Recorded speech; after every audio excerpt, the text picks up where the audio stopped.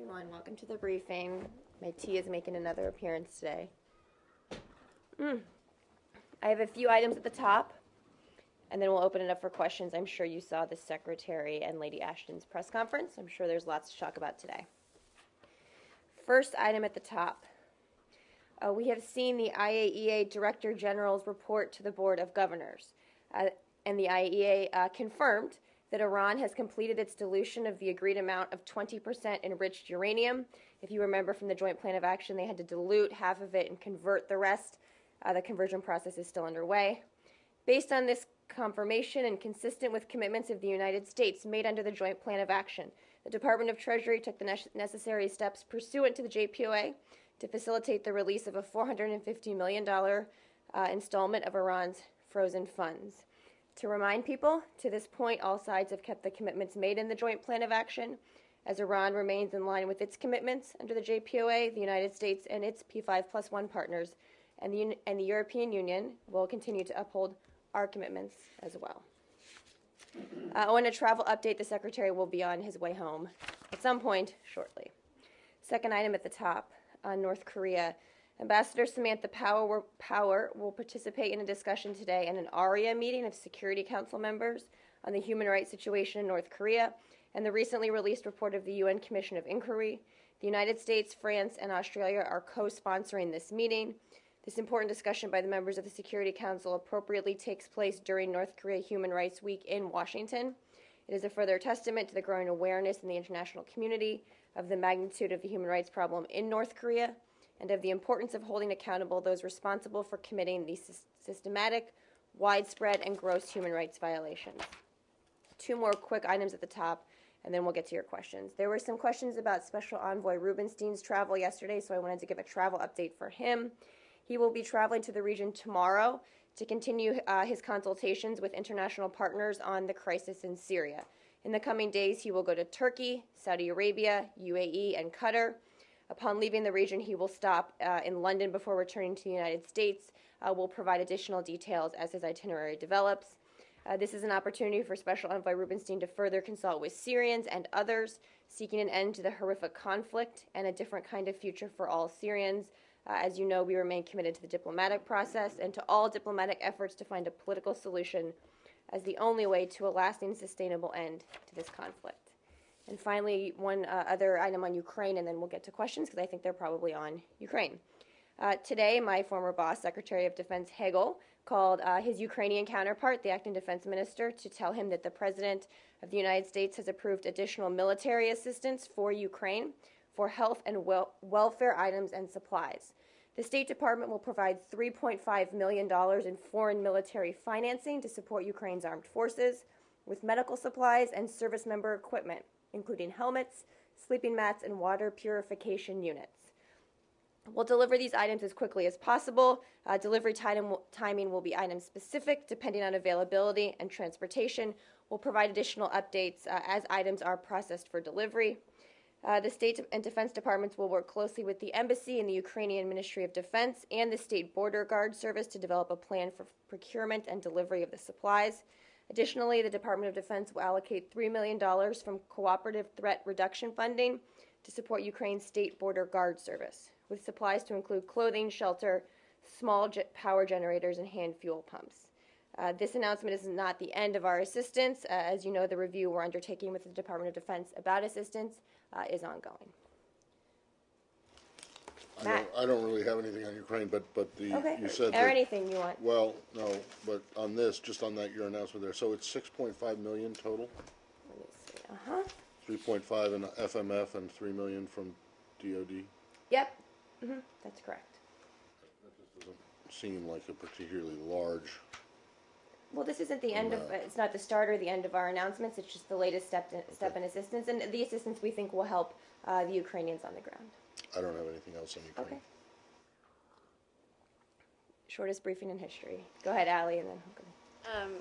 Secretary Kerry, in his remarks just now, mentioned the report, or he didn't say reports, but the instances of anti-Semitic behavior in eastern Ukraine. So I just wondered, could you expand on, what evidence are you seeing that this is happening on the ground? What exactly was he referring to? Because he seemed to very, not very, very strongly say that, yes, this is happening. So we're just curious about. Right, he called it point not to. just intolerable, but grotesque. He was very strong in condemning this. I'd also point you to the joint Geneva statement that all four parties signed on to that strongly condemned and rejected all expressions of extremism, racism, and religious intolerance, including anti-Semitism. So we are seeing the same reports, I think, that are out there in the press. We're trying to gather more information, but it is clear that some of this is taking place, whether it's leaflets or other items that are directed at Jews in Ukraine. And again, as the Secretary said, absolutely intolerable, grotesque, no place for this. So just to follow up really quick, obviously there were those reports about the leaflets that you just mentioned specifically, and again, he seemed pretty unqualified that those reports are accurate. So is We that have no fair? reason to believe they're not. And you heard him. You are accurately characterizing the way he described it. Yes. Yes. Do you have any idea who is behind it? I think we're trying to look into that right now and gather information about where they're coming from. As we said in the joint statement, all four parties very clearly condemned anti-Semitism. So again, I don't have more details on where the leaflets are coming from, but, Yeah, but I know mean, we're looking into Do you it. take this as a serious threat to Jews in Ukraine? I mean, I I'm just. think the Secretary made very clear that we take this very seriously. Well, but would you take it if it was turned out that it's just some dude running around with a mimeograph machine throwing these leaflets around? We'd still take it very seriously. Well, do you have any reason to believe that either the Ukrainian government or authorities in someone who has any kind of authority in the East is behind I this? think we're still trying to determine who's behind it. Okay, but and that doesn't affect how seriously you would take it? No, Matt, it doesn't. I mean, we take any anti-Semitism incredibly seriously, no matter where it is. No, I or understand who perpetrates that. it. I think depending on who we talk to about what needs to happen Right, now, but you don't it have matters any. who's behind But you it. don't. Well, right, exactly, Right, it does. so we're still looking into and it. you don't know who is behind it. We don't know yet. I don't know if folks on the ground know more. I'm happy to check. Yes. I think that was my question, but can you move on to Pakistan? Anything else on? In Ukraine, yes. Russia has already said that they believe the Ukrainian president was overthrown in a coup. Is the U.S. concerned that Moscow will not recognize the results of the election on May 25th? Well, we certainly are pointing to the elections on May 25th as a key milestone in Ukraine's future. We want them to go forward. We strongly support them, and we want people to recognize them. Because President Putin, in an interview today, said that he does not view the May 25th elections in Ukraine as legitimate. Well, I think there are a lot of things that President Putin said in that interview that just defy logic and are at odds with reality. That would certainly be one of them. Do you believe that President Putin has control over his military? I have no indication that he doesn't. Yeah.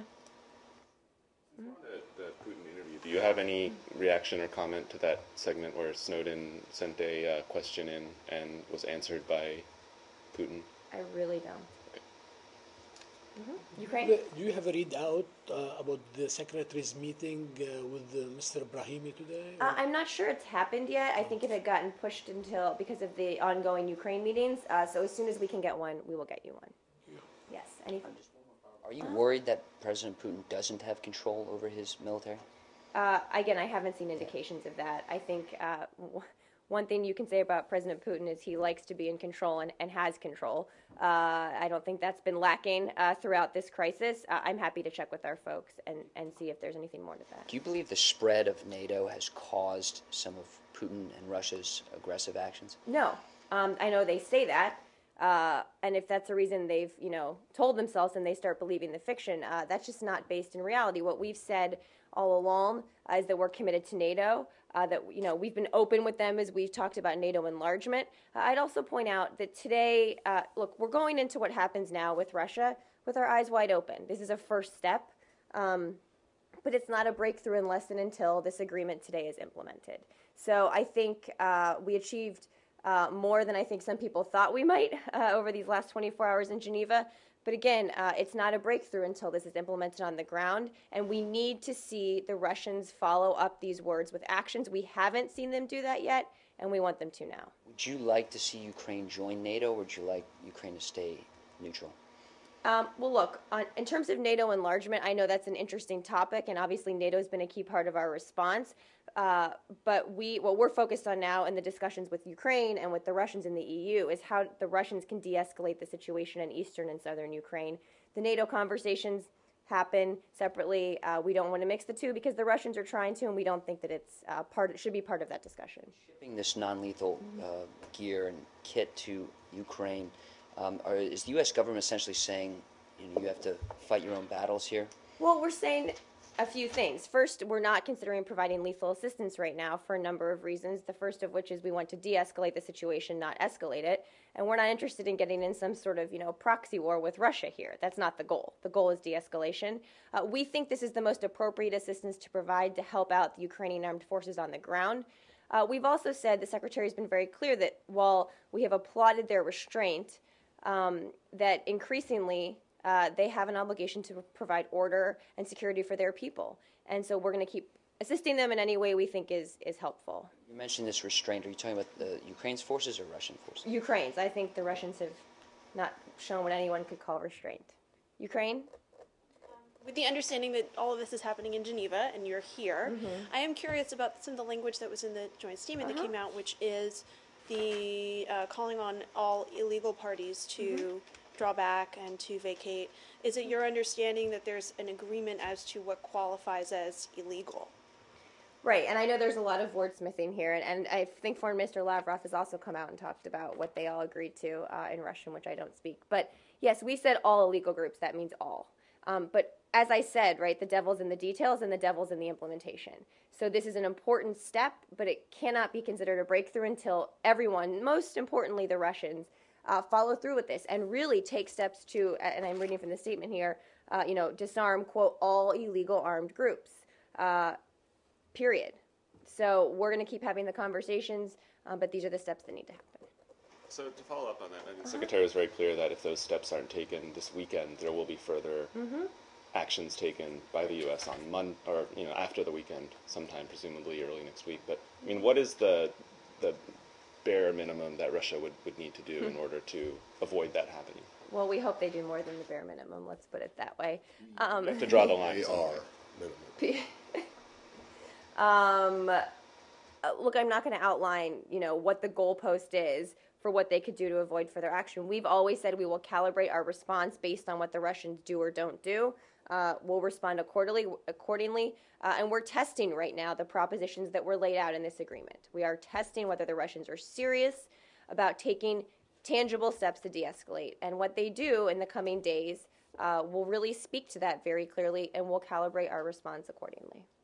I wanted to ask as well on this the issue that you touched on of the Ukrainian government's need to maintain law and order. Do you have full confidence in the capacity of the government and its armed forces to be able to do that effectively? Well, we certainly stand side by side the Ukrainians as they're fighting this battle, but let's be clear. I mean, the Russian armed forces have extraordinary power here. I mean, they've amassed enough troops at the border to basically do a full-scale invasion of southern and eastern Ukraine. So what we're talking about here is a Russian military that has a lot of power behind it, which is exactly why we've said they need to take steps to de-escalate immediately. And we have praised the restraint of the Ukrainian armed forces because what we don't want is escalatory actions to somehow spiral out of control, as you heard the Secretary speak to, and really take the country down a path that would be counterproductive.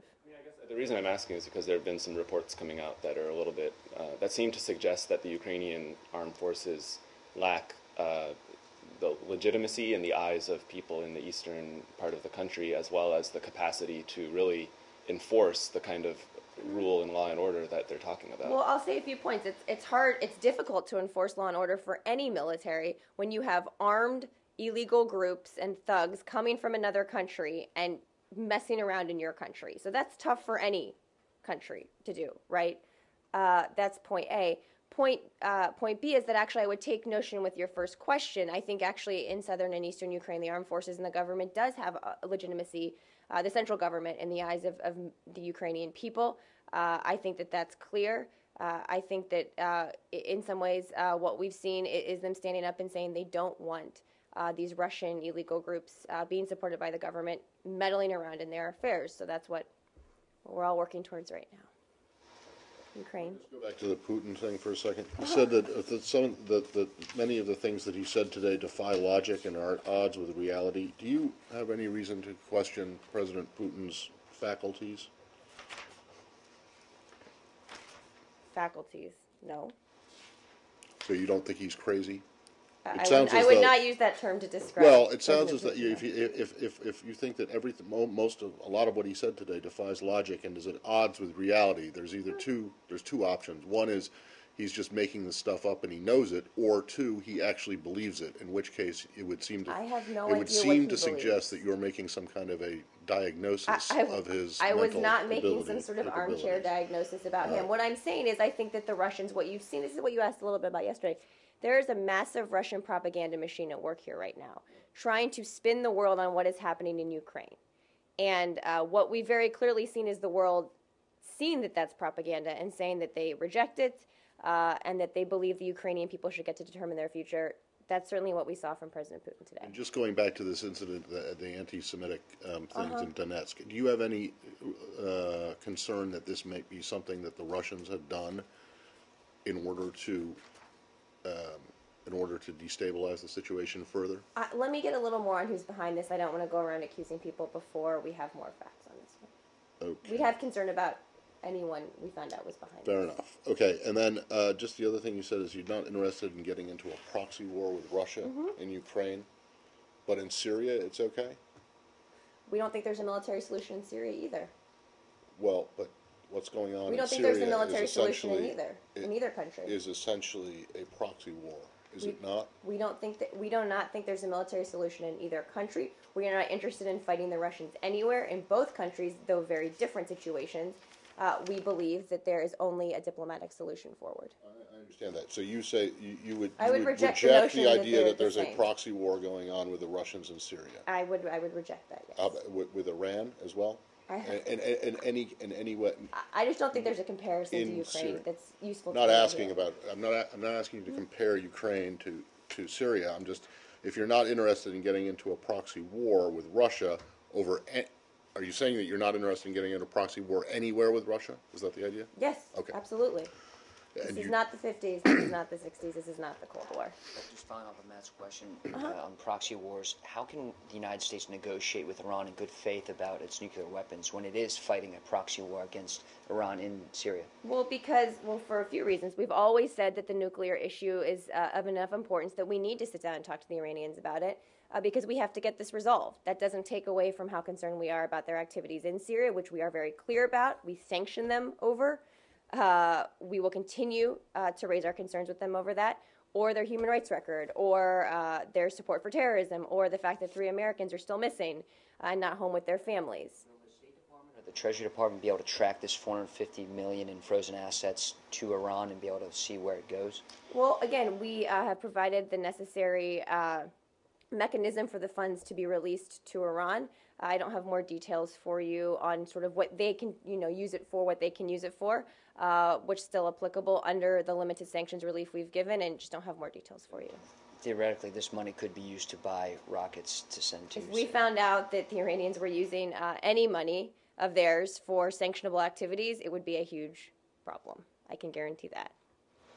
So does that mean the State Department would support new sanctions on Iran for its activities in Syria at this point, even though there's negotiations going on? I think it would depend what the sanctions look like. I think there are pretty heavy sanctions in place already over Iran's support for Hezbollah, which obviously is the main driver of the instability in Syria from the Iranian perspective, or who the Iranians are supporting. I'm not sure there's much left to sanction there, quite frankly. There's talk of a new round of sanctions coming I've up in seen the that, House. and I haven't seen exact language. I don't even know if there's been a bill introduced yet.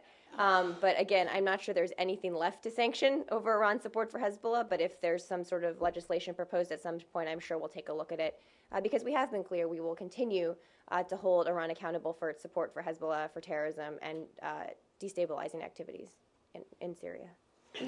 On Pakistan, the Pakistani cabinet today decided to continue with peace talks with the Taliban, although slow the pace to adopt a policy of wait and watch. Have you seen that? Do you have anything to comment on? I don't have any comment. I think I'll let the government of Pakistan comment. The talk about the peace talks with the Taliban. It's not for us to comment. Okay. This really might be the shortest briefing in history. On the topic of religious freedom, the State Department's ambassador at large for international religious freedom, that post remains unfilled for the past 6 months. Do you have an update to provide? I don't have an update. We obviously agree with folks out there on the need to fill the position. It's an incredibly important position. The White House and the State Department, we are actively working to nominate someone as soon as possible. Obviously, in the meantime, we at the department are continuing to work on the whole range of issues that fall under religious freedom, including dialogue with foreign government counterparts, civil society, religious leaders, people of faith. We also, as you probably know, have a special advisor for the Office of the Faith-Based Communities, Sean Casey. It's not a replacement, obviously, but we have a lot of folks working on these issues, and hopefully we'll get someone nominated soon. Spoke specifically to this position and just the topic of religious tolerance at the National Prayer Breakfast in February, and is not filling this position sending the wrong signal to the world? Not at all. It's something we take incredibly seriously. We hope to fill it as soon as possible. It's an important position, but the issues that are worked on under that auspices are being worked on by people here every single day. We're engaged with the communities that care about this. We hope to get someone nominated soon. Vetting candidates, or is the holdup a bottleneck elsewhere? The White House and the State Department are actively working to nominate someone as soon as possible. Hopefully that'll be as soon as possible. I don't have more. Do you have a name or anything? Not one I'm gonna float here, and I actually haven't heard a name. Is that still a Senate confirmed job, or is that one of the ones that was taken out? I'm not sure. Let me check on that. It's a good question, Matt. I get. No one else. Go ahead. I just have two very brief follow-ups. Okay, go ahead. Oh, okay, sorry. On Udaway, do you have any comments about the meeting? Let me see what I have in here. Which meeting specifically? The one that happened this morning. I don't have a readout of that yet. Let me see if we can get you some. Okay. Sorry. Staying in Asia. Sorry, Matt. I had one more question. So there'll be a meeting between South Korea and Japan at the Directors General level on comfort women. It's going to be specifically on comfort women. And I was wondering if you thought that this was a concrete step towards the amelioration of the relationship, or whether a what you thought step? a concrete A step, concrete or step. whether you think that this is, kind of papering over, and whether they're doing this because President Obama will be in the region. Well, I think it's important that our friends and partners and allies in the region talk to each other. I don't know why they're having this meeting. I don't have any analysis of that to do for you, but we obviously think it's important for a dialogue to happen between them directly.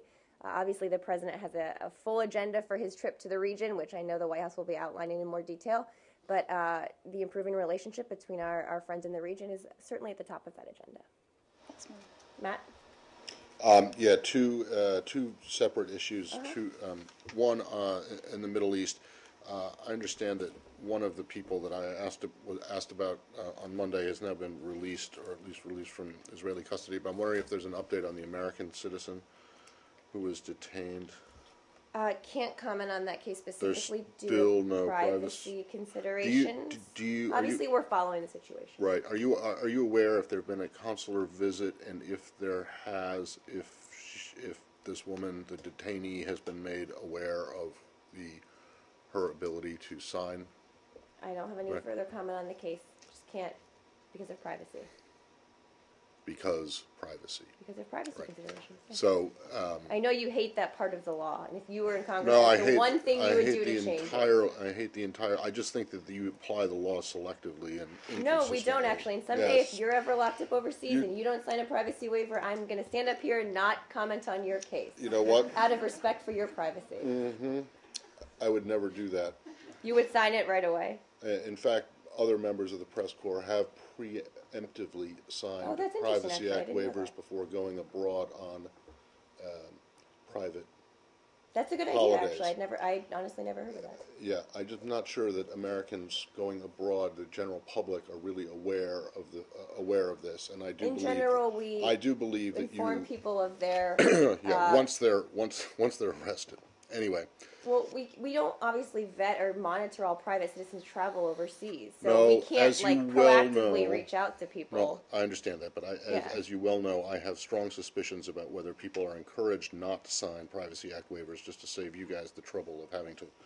Because of this having is to talk so much about it. fun going around and around on privacy with I you. know. You're Anyway, right. so clearly, since you can't even say whether she's had a consular visit, the Privacy Act has not, a waiver has not been signed. All right. Then moving on, unless someone else has anything on the Middle East. Or privacy. I have something on the Middle East. Since this is Holy Week and with we're in the middle of Passover and Easter is coming up soon, does the State Department believe that Christians are being persecuted in the Middle East? We do. We've talked a lot, particularly about in Syria, in some of the Christian communities. Look, we believe everyone in Syria is living under incredibly dire circumstances right now. We've talked about some of the Christian communities, particularly in Syria, who have been targeted. We've talked about some in Egypt who've been targeted. Look, there's no place for violence or targeting on religious basis anywhere, but particularly churches, people worshiping. I think even, or especially at this time of the year, it's important to keep in mind the challenges that still remain in fighting religious persecution. The questions on Ukraine today about the anti-Semitic leaflets, I think, speak to the challenges that still remain. Matt? A couple on Cuba, both of them follow-ups. One, how is the review of the Cuban Twitter, the content of these text messages going? I would encourage you to check in with my colleagues at USAID who are undertaking that right now. I don't have any updates from here. I know they're looking into it. Do you know if they're anywhere close to completion? I do not know that, Matt. Okay, but just to put a fine point on this, USAID does come under the auspices of the State Department. I've reminded them of not? several times recently. Okay. All right, so they'll let you know that when it's done, and you might have something to say, because they don't have a daily press briefing, as you. I've offered them this podium if they'd like to talk more in depth about this. I'm sure issue. they're thrilled at the offer. And then I have a follow-up to a question that's gone back now a couple months. This is on the banks, the bank accounts for the intersection and for the Cuban mission to the UN. Has this been resolved? And what is this? And if not, what exactly is the government, if anything, what exactly is the administration doing to help the Cubans find a bank that will To my knowledge, it hasn't been resolved yet. As they announced in a press release on February 14th, because of banking difficulties, they'd suspended certain consular services. We have been working with them to try to identify a new bank. We are continuing to help them find a long-term banking solution. We are encouraging them to consider all available options, including potential solutions we've discussed with them, which I can't outline from here, obviously, but we're working with them and we hope we can find a solution.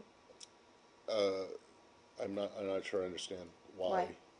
What don't you understand? What's a potential solution that you've... We're trying to be creative here because we want to be able to solve this, so we're discussing several potential solutions with them. Can't outline them from here. Why? Well, why not? Because it's private diplomatic discussions that haven't come to a conclusion yet. Obviously, we don't want to get ahead of the process. It's a decision the Cubans can make. We're trying to help them. Is it your sense that, or it's your understanding then that they have been presented with an option that would work, but they just have not yet decided? I don't know about more of the details. I think we're trying to work through some potential solutions right now.